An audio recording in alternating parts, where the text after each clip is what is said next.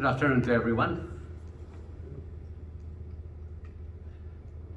Christoph, Tietze has always been and will always be a great blessing to the Cathedral and to all people who come here to participate in our religious services. And his music has always been an inspiration. And time and again I tell him, you know, you never cease to surprise me with a new song. Like for instance, this morning at the 11 o'clock Mass, you know, the Gloria was a complicated one, but they pulled it beautifully. Yes, Chris has always been an inspiration to the musicians here. So we're very grateful to have you. Yeah. Christoph Tieze began his career as church organist at age 12 in his native Germany. After his family immigrated to the United States, he received a Bachelor of Arts from San Jose State University, Master of Music and Master of Musical Arts from Yale University's Institute of Sacred Music, and Doctor of Sacred Music from the Gradual Theological Foundation.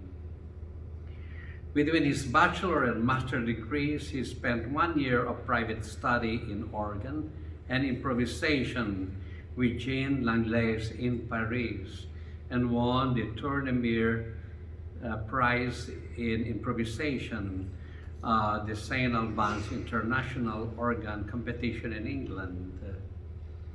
From 1984 to 1992, he was music director and organist at St. Agnes Cathedral in Rockville Center, New York. And for the last 30 years, he has been music director, organist at St. Mary's Cathedral here in San Francisco. And he served as chair of the Conference of Roman Catholic Cathedral Musicians from 2017 to 2019. Tietze has presented numerous organ and choir performances throughout Europe and the United States, and he frequently presents workshops on Gregorian chant, children's choir, and the music of Siegfried Karg-Ellert. His books on the Introits are published by Liturgy Training Publications and World Library Publications. And whenever he brings the children's choir to Europe, it's always a sense of pride for us, especially when the children the choir, children's choir that you form, were invited also to sing at the Vatican. What greater honor can we get? You know? So indeed, we are very grateful to you for your presence here and your family, your musical family, because through their talent and through your talent as a family, indeed you have enriched our world with great music. So now we listen to you.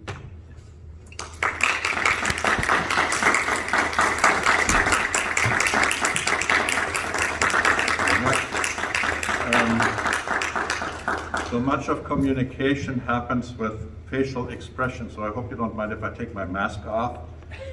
So, but don't worry, I took a test yesterday and my IQ came back negative. So when this book was first published in 2005, my wife proudly showed it to one of her friends, and her friend said, "I'm already stuck on the second word." So I'm going to assume that you are that friend, that you know nothing about the subject, and I'm going to try to make everything as clear as possible. And if along the way you are lost or you don't understand something, please raise your hand and chances are somebody else has the same question. So I'll try to make it a little bit clearer. So I'm going to talk about the proper text, what are the proper texts, and then also answer the question where they came from. So to tell you a little bit about my journey through the proper texts, I did graduate study at Yale with Aidan Kavanagh as my advisor for my Master of Music project, which was singing Gregorian chant in English. So I made some text comparisons, but he was my advisor for that, and I think he planted the seed for a love of the proper texts. Then I had a sabbatical from here in 2002. I went to Oxford, and there somebody else planted the seed, which was Monsignor Talasfar. He said, why don't you do something on proper texts that congregation can sing? So I needed to find out a little bit more about the nature of the introits first. Now the introits are only one part of the proper texts, and I'll get into that nomenclature a little bit later. But during my research, I made some profound discoveries which I would like to share with you. And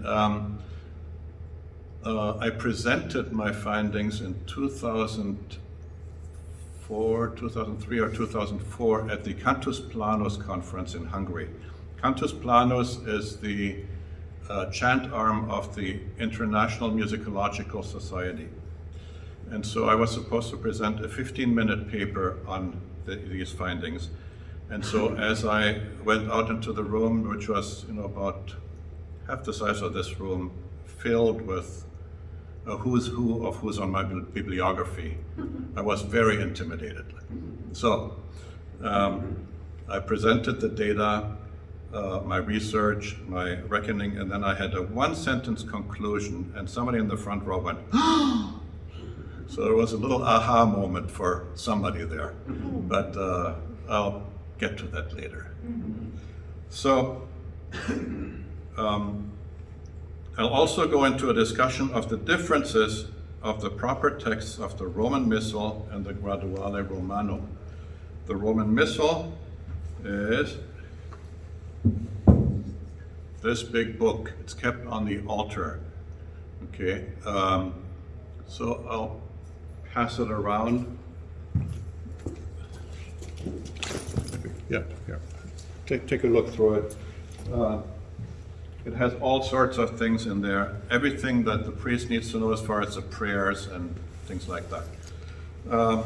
And the Graduale Romanum is the official chant book of the Catholic Church. It has all the chants in it. It's Gregorian chants. It also has some the tones for the prayers, tones for the Gospels and readings and things like that. But the main thing is the proper text and also the ordinary texts. And I'll get to the difference between those a little bit later.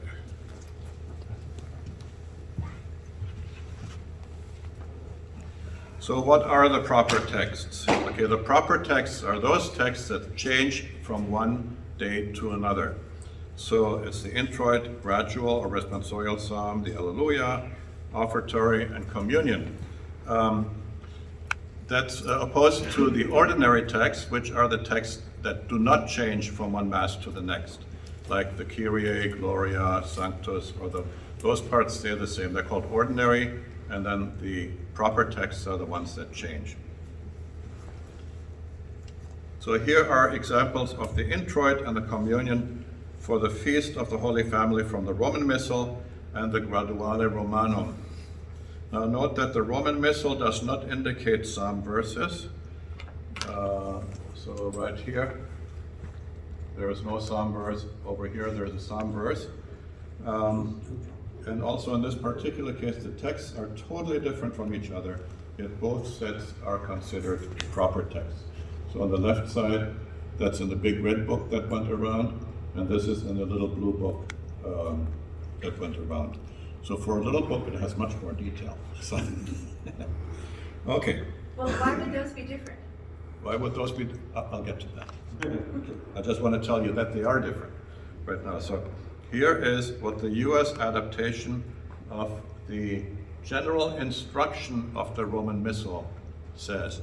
Now, the general instruction of the Roman Missal is basically an explanation of how Mass is supposed to be done, and you really have to be familiar with it in order to be able to make your way through the Missal properly. So at the entrance, in the dioceses of the United States of America, there are 4 options of the entrance chant. 1, the antiphon from the Missal, or the antiphon with its psalm from the Gradual Romanum is set to music there or in another setting. Then it goes to number 2, 3, and 4, and so on. But in first order, it's those 2 antiphons. And similar wording is used in Article 87 for the communion antiphons. Okay. The origin of the proper text is the city of Rome, most likely before the year 550. Now, Rome is right over here. Here's a map of Europe around 500. Note that only the Eastern Roman Empire remains. The West Roman Empire has already fallen to the so-called barbarians. At this time, there existed many different rites, and the Roman rite was only one of many. So over here we had the Mozarabic rite, here we had the Gallican rite, here we had the Sarum rite, over here the Ambrosian rite, Beneventan rite, Byzantine rite, and so on. All sorts of rites going on, different ways of celebrating the Mass, sometimes very different. The British Isles showed an early interest in the Roman rite, probably before 680, and that's probably one of the reasons why the Sarum rite was very close to the Roman rite. St. Bede had a lot to do with this. Now, an interesting fact is that a lot of this happened during the pontificate of Gregory the Great, and that's why the chants that were brought over were called Gregorian chant. It has nothing to do with the fact or with the legend that St. Gregory actually composed those chants.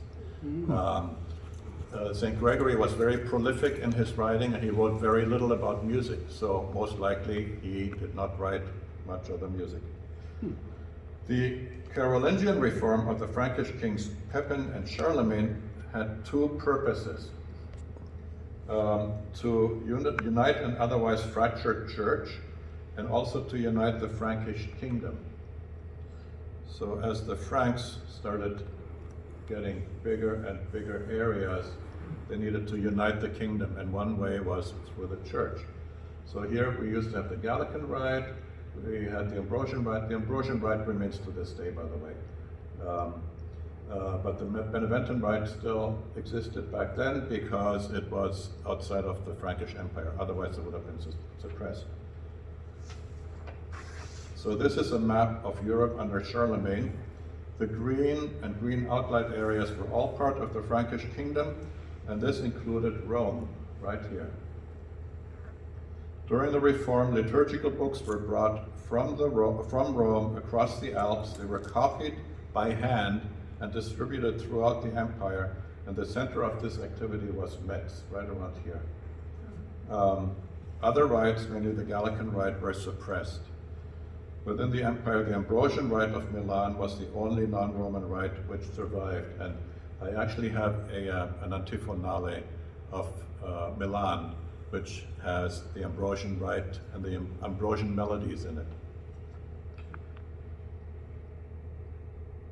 So cantors were also brought north to teach the Frankish singers, since the melodies were not written down. And then when the documents were copied, everything was indicated, even the Roman stational churches. And the stational churches, I'll get into that a little bit later, but it's important to know that there was still this connection to Rome, even as the documents were transmitted to the Franks. So the documents that were brought north were sacramentaries, which were altar books, like the Missal, lectionaries, which contained the readings, antiphonars, which were choir books, graduals, which were books for soloists, and then ordines were basically rubrical books. They told people how to do the Mass. And these become very important because they have an explanation of how the introit and the communion chants are supposed to be sung. So ordines is the plural of ordo. So Ordo Romanus Primus, the first ordo that we can find, was written between 692 and 731. It describes a papal stational mass. Rome was divided into 7 deaneries, and no 2 consecutive masses, usually, were celebrated in the same deanery. There's one exception that I found. And each stational mass was an elaborate event requiring the attendance of the whole clergy of that deanery. So imagine the archbishop going from one deanery to the next, and every cleric has to go to that particular location and celebrate mass with the archbishop. Of course, daily mass back then didn't exist. That was a Frankish invention. So mass was celebrated on Sundays and on the various saints' feasts. Imagine how the 4 masses of Christmas would have been celebrated. The Pope starts at St. Mary Major for the Vigil Mass, continues to the Major of St. Mary Major, sometimes known as Jerusalem, for the Midnight Mass, then goes on to St. Anastasia for the Mass at dawn, and finishes with the Mass of the day at St. Peter's. He was a very busy man. I think he probably was a frequent flyer. The document describes how the Pope arrives at the church, who greets him, where he goes first, which choir member confers with him and tells him what will be sung, the penalty for changing the music after the liturgy has begun. You know what that is? Excommunication. It says so in that document. So it is extremely detailed. But it is a liturgical document, not a musical document, so the description of the proper parts of the Mass leaves some things to interpretation. Sorry, I don't know why this is so small, but Ordo Romanus Primus is in some ways similar to the modern pontifical. A pontifical is a rubrical book for bishops' celebrations. They tell how the various masses that are particular to a bishop's life, liturgical life, how they are to be celebrated. Things that may not be in the Missal. This document was circulated widely in the Frankish kingdom and sometimes adapted to local customs and circumstances. Okay, here we go back to big print, even though this is a little bit fuzzy. Okay, at this point I want to say something about the stational system. So here's a map of early Christian Rome, probably around 150 or 200. None of the basilicas are here, but several tituli, or house churches, are indicated. Titulus is named after the title holder or the owner of the house. So here we have Titulus Prisca, Sabina is here, Clementis, and so on. Those are 3 that I want to point out. You can also see the division of the city into 7 deaneries. Deanery 1, 2, 3, 4, 5, 6, and 7, Trastevere. The Vatican was outside the city. In times of persecution, it was important for the Pope to move from church to church, so his Mass was never celebrated in the same location twice in a row. This practice was continued and standardized as the so-called stational system, where the Pope would celebrate Mass on an annually repeating basis according to the liturgical day. And those stations were written into the documents. So here's a map of medieval Rome. All of the major basilicas of the city are on this map, and most of the stational churches. So here you have the Cathedral, St. John Lateran. You have, let's see, St. Mary Major, Santa Maria Maggiore is right here. San Clemente. Remember, it was Titulus Clemente. All of a sudden, he's a saint. He's no longer the house owner. He is now a saint. The same thing with Santa Sabina and Santa Prisca, and so on. So the churches are now named after the former house churches which were built in that location. Okay. Next slide. Ordo Romanus Primus shows for the first time the form of the introit and communion. Okay, so we have antiphon, psalm verses, Gloria Patri, antiphon, and then there's some sort of a wording which is kind of shady. It says, usque ad repetendum versu. It says, sing the Gloria Patri, usque ad repetendum versu, which means up to the repeat of the verse, which could mean up to the repeat of the antiphon, or maybe a different verse that's interpolated. Well, so in some later documents, you will actually find a versus ad repetendum, and I'll show that to you later. Why is this so small? When I did this earlier, it was big print. Okay, so there you find in those documents the antiphon, psalm verses, the Gloria Patri, the antiphon, and then the versus ad repetendum and antiphon. Versus ad repetendum would be another psalm verse that would be taken from the same psalm that is just repeated here. Sometimes it was just added to get more time, in case you ran out of time after the antiphon. But who knows?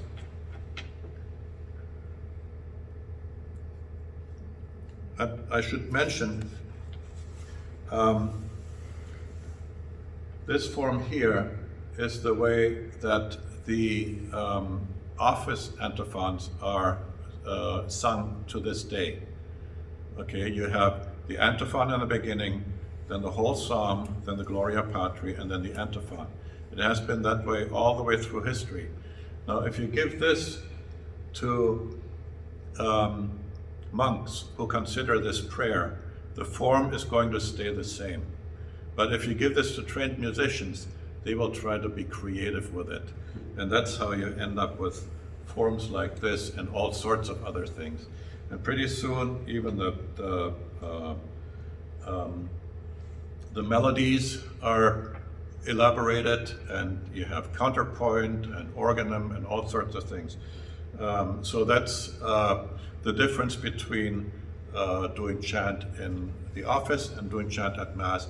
At Mass, it evolved a little bit more than in the monastic world. Okay, this form is documented in Amalar of Metz in the early 9th century in regard to the office antiphons. Okay, next slide. Of great value to anyone who does research in this field is the Antiphonale Missarum Sextuplex by René Jean Esbert. This is a recension of the documents which are listed here. The Rheinau antiphonor of the 8th century, the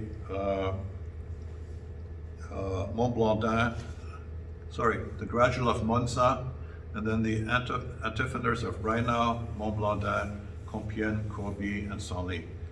And I have my Antiphonales Missarum Sextuplex right here. So you can pass it around and see what that looks like.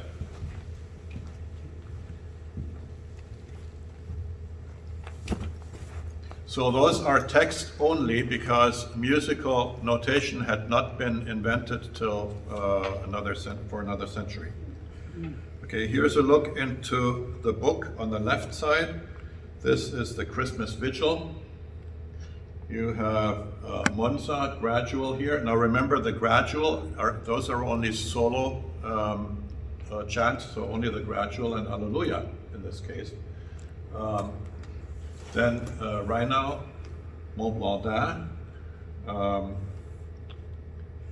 and the Alleluia here is missing, which isn't saying anything.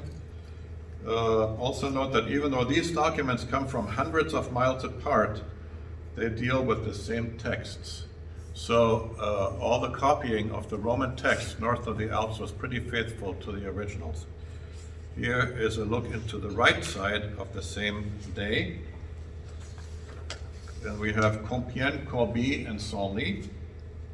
Senlis contains only incipits, which is only the beginnings, so it was more a directory than an actual chant book. Note also that Compiègne and Senlis also indicate offertory verses. Let's see, offertory is right here, and we have verses which we don't find in the modern books. And here is a verse. This one doesn't have a verse, okay? If you're interested in offertory verses, you have to get the Offertoriale Triplex from Solem, which is right here. And I'll pass that around. So those verses are not in the Graduale Romanum.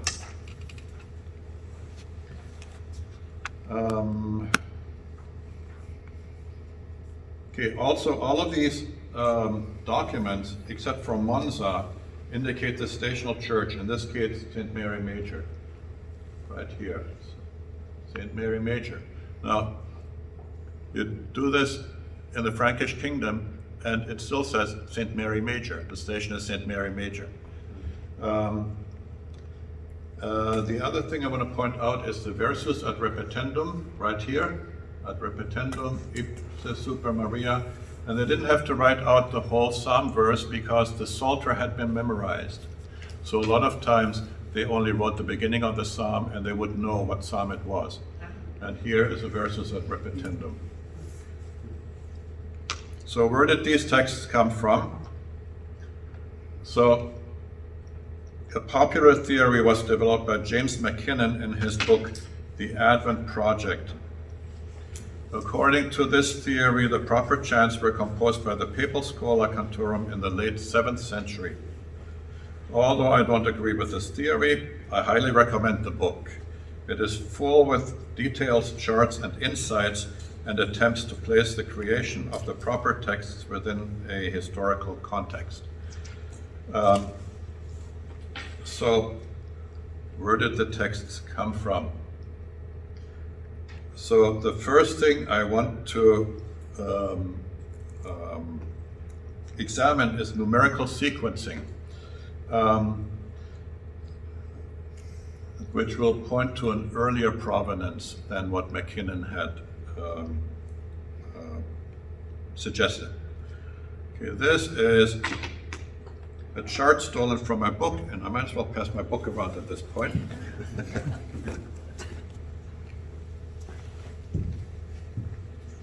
It lists the post-Pentecostal proper texts. Note the more or less numerically ascending sequences in the introit, offertory, and communion. So 12, 17, and so on. They go up numerically pretty much, and then it kind of falls out over here. Then offertory also seems to be pretty numerical. Communion seems to be pretty numerical, except for over here. Then there's some non-psalmic antiphons inserted over here. There are also two gradual lists, one over here, which is all over the place numerically, and one of them that seems to be numerically ordered. Okay. This second list only exists in the Rheinau antiphonor. Okay, so they would have this gradual and then the alternate gradual listed on the same page. It is clear from looking at this information that the Rheinau antiphonor was put together from an older source and a newer source. Why would these lists be numerically sequenced? Well, there's a possibility that these lists of proper texts for this season were made before the other liturgical texts for this season were established, probably in the 7th century. That's when the post-Pentecostal season was more solidified. So they would have had a list of numerically ordered antiphons that they could pick from depending on whatever readings were picked, and somehow that became standardized and then assigned to the Mass in that sequence. So these started out as ad hoc lists, and that's how we have it. So this whole sequence would have had to predate the establishment of the other proper texts for the post-Pentecostal season, which would have been before the 7th century. Okay, and then the list was reordered to accord with the readings, so they moved things down and things like that. Next point. Yeah. Okay, so the numerical sequencing in the post-Pentecostal season seems to indicate that the original source of the proper text was an ad hoc list established before the lectionary was set for that season. Everybody knows what a lectionary is, right? Yes? Okay, that has the readings and things like that. In other words, the idea and practice of the proper text as a genre must have been conceived before the sacramentary and lectionary for the post-Pentecostal season was established. The second item I want to explore is the texts themselves. So we've looked at numerical sequencing, now we're going to look at the texts themselves.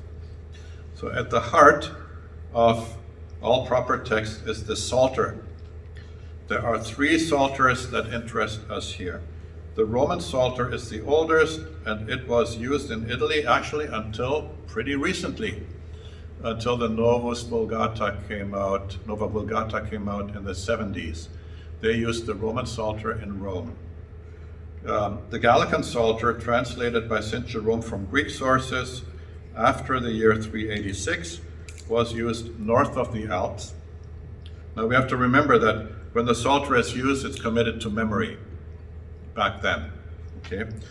The Hebrew Psalter, translated by St. Jerome from Hebrew sources between 390 and 405, was used on the Iberian Peninsula, so Spain and Portugal. So when you look at Gregorian chant, you notice that the Psalmic antiphons, the antiphons that are based on the Psalter, use the Roman Psalter because they were written in Rome. And they're intimately linked to the melodies that were transmitted to the Franks that could not be changed. But the Gallican Psalter is used for the verses of the introit and the communion because the Gallican Psalter had been committed to memory. So they had to use that one. It was sung to formulas. So they really didn't have to change the melody. So when you look at the chant documents, that's the interesting thing, that they don't use the Roman Psalter for the verses, they use the Gallican Psalter. And it's called Gallican Psalter because it was used north of the Alps in Gaul. The exception to this is the offertory verses, which are more elaborate. They're not sung to psalm tones, so they're more intimately linked to the melodies. Okay, it's important to note that when the Vulgate Bible became the standard translation, the Gallican Psalter and not the Hebrew Psalter was used, since that was the standard north of the Alps. And whoever is in charge of putting the Vulgate together, which was the people north of the Alps, they decide what gets put into the Vulgate Bible. Now in Gregorian chant, the use of psalmic texts thus does not give us any indication of age, because we have the Roman Psalter. So we need to look at the non-psalmic antiphons, those that are written from other books of the Bible. So about 1/3 of the introits and 2/3 of the communions are non-psalmic, and many differ from the Vulgate. So my study concentrated on the introits only. I wish this were bigger. I could bring my laptop in, I think on my desktop, but whatever. Okay, so if we compare the texts of the Vulgate standard, we first need to examine the history of the Vulgate. It all began in 382 when Pope Damasus asked St. Jerome to translate the Gospels. And at some point later, he finished the rest of the New Testament. Now, those were all Greek sources that he translated from. We could imagine that because it was at the behest of Pope Damasus, that these would have been accepted pretty early on. After 400, he translated the Old Testament from Hebrew sources. Now, the deuterocanonical books, such as Sirach and Wisdom, are not included here since they only existed in Greek sources. We don't have them from Hebrew sources. So when we have those books in the Vulgate, they are in Old Latin texts, which St. Jerome did not touch. He didn't translate the Old Testament from Greek, only the Hebrew ones. But since the Greek sources of the Old Testament were considered older than the oldest Hebrew sources, they were at that time considered more authoritative, and Jerome met with stiff opposition and even had to leave Rome. One of the people who disputed him was St. Augustine. So he preferred the Greek standard. But over time, St. Jerome's Old Testament translations became more and more accepted until they became the standard in about the middle of the 6th century. However, his New Testament translations were accepted much earlier. It is interesting to note that the Catholic Church did not have an official Latin Bible. That did not come about until the promulgation of the Clementine Bible in 1592. Up to that point, you could use whatever Latin Bible you had. Okay, well, what about the time before 382, since before St. Jerome? Well, Greek was the first church language in Rome and continued as such until the middle of the 3rd century. So for about 150 years, informal translations were made from whatever Greek sources were available by many scholars and clerics as the need arose. These translations are known as Old Latin. The Bourbon Institute of Germany compiled every possible quote of Latin scripture, verse by verse, in a huge companion called Vetus Latina. These were compiled from biblical fragments, sermons, and commentaries, and about 2/3 of the Vetus Latina Bible is available in print, and the rest is available for researchers online. So for 1 year, I had an individual researcher membership in the Vetus Latina. Each verse indicates all possible variations and where those variations are found. So here is a text comparison of the introits of 2 Christmas masses. So this is the Mass at dawn, and then the Mass of the day. And Mass at dawn was established in the 6th century. Christmas Day was established in 336.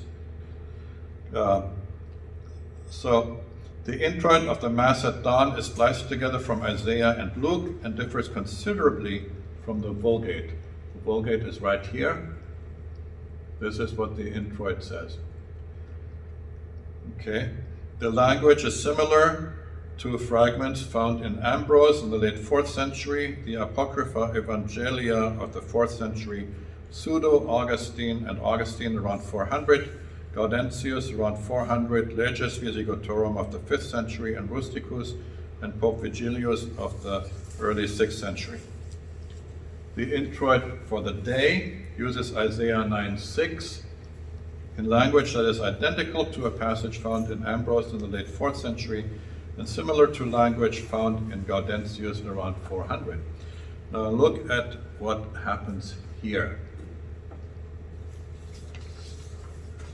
What is interesting about these 2 introits is that they both use Isaiah 9:6, but in vastly different forms. The title for the Messiah in the Mass at dawn is Admirabilis Deus Princeps Pacis Pater Futuri Seculi.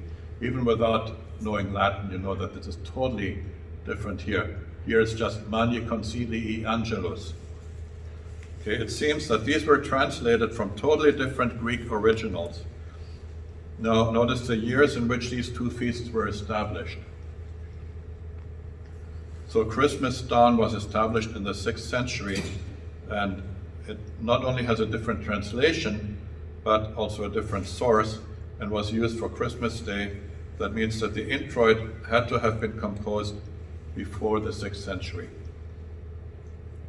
Okay, no, this introit had to be composed before the 6th century. Okay, because there was a difference between these 2.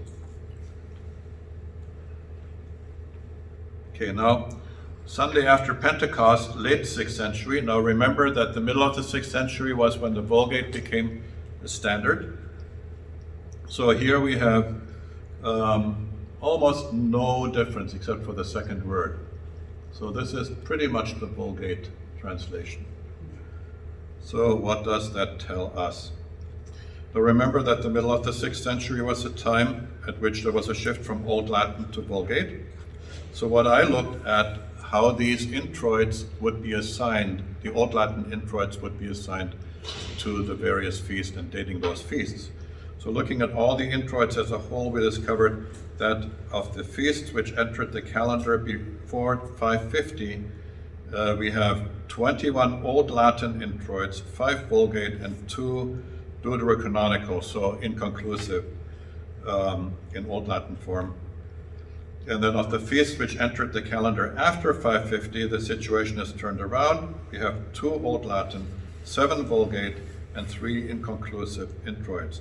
And this is the aha moment that was at my talk in Hungary. And it said, this seems to indicate that at the very least, the introits, but certainly the proper text in general, started to be composed before 550.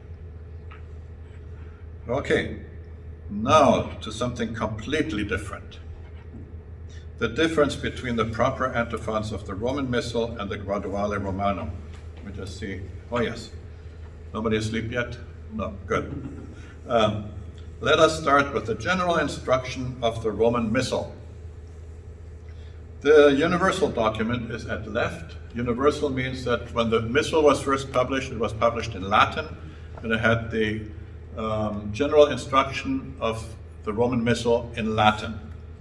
And then each country's bishops' conference was invited to make an adaptation for local use.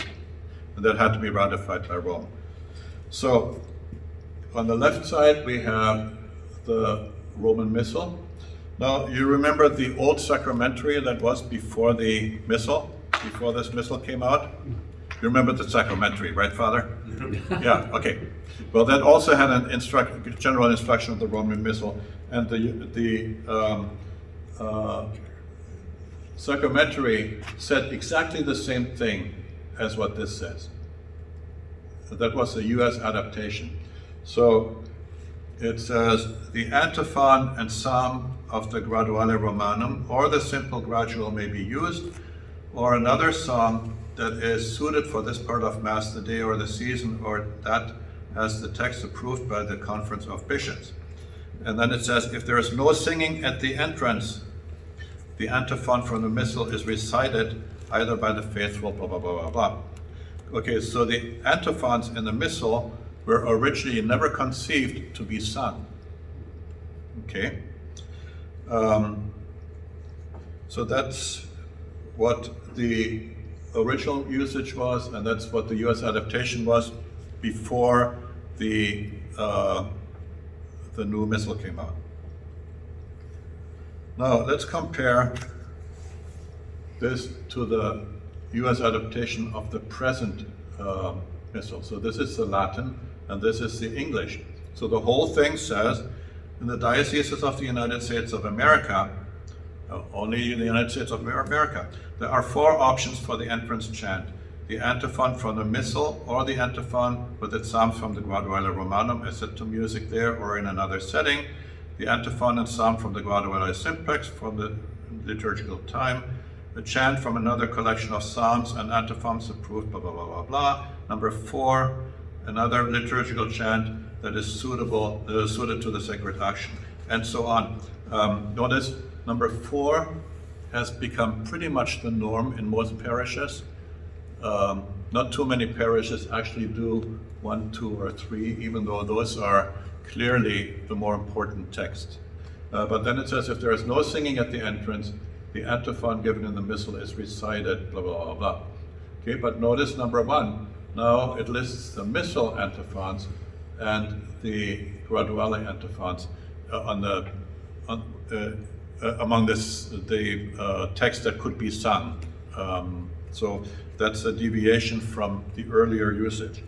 Now, if you go to the Canadian document, it says what this says. in the Diocese of Canada, the entrance chant may be chosen, blah, blah, blah. It says the antiphon with psalm from the Gradual Romanum. Doesn't say anything about the Roman Missal. So things that are composed in this country from the Roman Missal, the proper texts, technically they shouldn't be used in Canada. But of course, you can always find another one of these. It's really nitpicky, but I did want to point out that difference, that as soon as you cross the border, the usage is a little bit different. Okay, now, how different are they? Okay, here we have an example from the Feast of the Baptism of the Lord. Again, the introit. The Graduale Romanum has it from Psalm 44. You have loved justice and hated iniquity, blah, blah, blah, has anointed you. So clearly it ties in with the theme of baptism. And here, Missal Romanum, after the Lord was baptized, the heavens were opened, and so on. It's from Matthew. So it's totally different. And then here we have it from the third Sunday of Ordinary Time. And this time, notice that the Gradual Romanum has two different options, one for cycles A and B of the lectionary, one for cycle C. Okay, obviously, this must have something to do with the gospel of that day, and this is a general text for the introit. But the Missal Romanum really has nothing to do with either one of those. It's just a different text. So the result can be, yes. Why are they different? Why are those antiphons different? Well, in a nutshell, the Concilium of April 1968, so after the Vatican Council, there were different groups that were tasked with different liturgical reforms. And so there was a particular group that was in charge of examining the antiphons that were supposed to go into the Missal. So the Concilium of April 1968 decided that the introit and communion antiphons should be recited in Masses without music, and that these texts should be revised for the new Missal Romanum. The committee was assembled, which looked at the antiphons of the Gradual Romanum and made changes where they felt it was called for. And if we look at the statistics, 27% of the introits differ and 58% of the communions. So thank you very much for bearing with me for this last hour. I hope you got something out of this, at the very least a good snooze. But are there any questions? Ash. Yeah, first of all, I really enjoyed the presentation. Thank you very much. Well, thank you. My question was about, you mentioned how music was added or then subtracted from the Mass, I guess based on how long entrances took. Yeah. Does that have a lot to do with just the size of cathedrals and places of worship and the necessity to have that much music for traffic? Yeah, okay. The document, Order Romanus Primus, says you sing the antiphon, then you begin the psalm, and you sing as many verses until the Pope gives a signal to the choir director. Okay, then the choir director directs the choir to go to the Gloria Patri, and then to repeat usque ad repetendum versu. Okay, which means, you repeat the antiphon. Basically, when the Pope arrives at the altar steps and does whatever he does there with incense and prayers and things like that, the Gloria Patri and the antiphon would have been enough time to cover that. Now, fast forward, you only find one verse of the psalm in the Gradual Romanum. Okay, and normally for our purposes in regular-sized churches, that would be enough music. And we have to assume that at some point that became the standard, that only the first verse was done. So when they got to the repeat of the antiphon, all of a sudden they found out this isn't enough music. We have to have another option available to do after this. So that's, I think that's one of the reasons why that might have come about. And then there are all sorts of other variations, like one document says that you sing the first half of the Gloria Patri, then you repeat the antiphon, then you sing the second half of the Gloria Patri, then you repeat the antiphon, and things like that. So people were very creative with Mother Church. Okay, any other questions? Yes?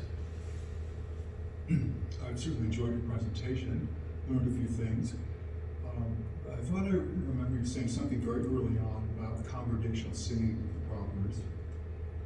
And I don't know if you're aware of a publication that by now is maybe 50 years old that was on this very subject of singing propers with the called chant modes in English. And it was published by Liturgical Press. A guy who actually was living here in San Francisco, maybe before he moved here, but you mentioned it up here and played the organ as a part-time organist. So that resource is out there, but my understanding from him was that there just wasn't the support at the leadership level to want to do that thing. I think that was at the infancy of the movement. There was also something called the simple Gradual that came out in England that used simple psalm tones for the proper text so that people could sing it easier. That may be a different one, but this one was called, I think, the propers for parish singing. Yeah. I'll give you a copy of the cover Okay. if you're interested. But, Okay. So I don't know where my book ended up, but the second half of the book, what I did is after I finished all this research, I composed hymn texts based on the proper text. So I set the antiphons in metrical form so that they could be sung by people to hymn tunes, and then did the psalm verses that would go with that. So that's the second half of my book. By the way, at the end there, on that table, there's my book there. It's available for purchase if you want to purchase it. Online from Liturgy Training Publications, it's listed for $28. I'll sell it to you for $20, plus you get my signature. But before that, are there any other questions or comments? Did you want to say anything else, or? No, I think in the end he was just very discouraged and said it's a dead issue. But I'm seeing maybe not, but it's taking longer than it really should, because as he once explained, once something is discovered, you don't need to go back and rediscover it. You can just make use of something. Yeah. But Okay. so far, not. Okay, so I'd like to give you my card later. Maybe you can email me that information. Okay, I've got a lot of time. Oh, okay. So any other questions? Well, thank you very much. I think there's some goodies over here which were provided by my trusty assistant, Jin. So I really want to thank her. She's doing one of my jobs upstairs right now so that I can be down here with you. She's hosting the organ recital. I don't know if everybody knows your experience that you were supposed to tell us about your experience in Germany. You were supposed to play the organ in the church, but then you forgot your... Oh, okay, Bob, yeah. Really, it has nothing to do with the subject, but it's a kind of an interesting story. So I was 12 years old. The church was brand new. It hadn't even been dedicated yet. So it was the first Christmas, and I was supposed to play the Mass on Christmas Day. Wow. And in Germany everything's standardized. There's a hymnal for the whole country that everybody has, and the organ copy had not arrived yet. But it's Christmas carols, Christmas carols are the same everywhere. So I had my little book of Christmas carols, and I practiced and practiced and practiced on the organ that we had at home, which had one of those half pedal boards on the bottom. It's a very small Baldwin Orgasonic. And that morning, I was so nervous. I said, I better practice a little bit more. So I put myself down at the organ and went through every one of the carols, and I said, if I can do it 10 times through without a mistake, I know it. And I did it 10 times through without a mistake, and I knew those carols inside and out. So then it was time, so I took my briefcase, put it on the back of my bike, rode my bike to church, went upstairs, opened up my briefcase, and it was empty. I had left my music on the organ at home. If only I had not practiced that. So I ran downstairs and phoned, those rotary phones, they used to have those dinosaurs back then. And my parents had already left, so I couldn't ask them to bring the music. So the only other thing I could think of was I was sharing the organist duties with a retired high school teacher, Oberstudienrat. I mean, he was, I think a tenured high school teacher. So I said, if I can see whether he's out there, maybe he can play the Mass for me. So indeed, I saw him right there in the church. It was almost filled by now. And I explained everything to him. Now, you have to remember, he was a high school teacher for probably 40 years or something like that. And he has heard every excuse under the sun. And so he said, oh, no, you just go ahead and play. So I had to go upstairs and try to remember what these things were. And so the first, I started and said, oh, this is pretty good.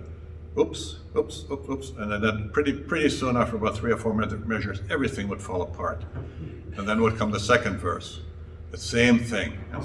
And all I remember was the stairs coming up to the organ loft, or the people to this day, I see the burn marks in the ceiling. So and the pastor did the nicest thing. I'm still in touch with him. So I came down afterwards to apologize, and he was talking to a group of people, and before I could say anything, he said, well, for the first time, that was pretty good. So he made it clear to the people around him that was the first time, and that he wasn't mad. So that was very good. So, and the rest is history. So. Okay. And of course, invite them for the organ. Oh yeah. This coming Sunday. Okay. Well, first of all, today at 4:00 we have an organ recital by Grant Smith from San Luis Obispo, who is a very good organist. But next Sunday is a special treat. It's Jennifer Pasquale from St. Patrick's Cathedral in New York, coming and doing a full-length program, so an hour program. And it's the Jubilee recital for this organ, which we're celebrating, well, the 50th anniversary was last year, but it's been moved to, this is when we celebrate the Jubilee with this recital. I hope you can come. That's next Sunday at 4:00. Okay. So thank you very much.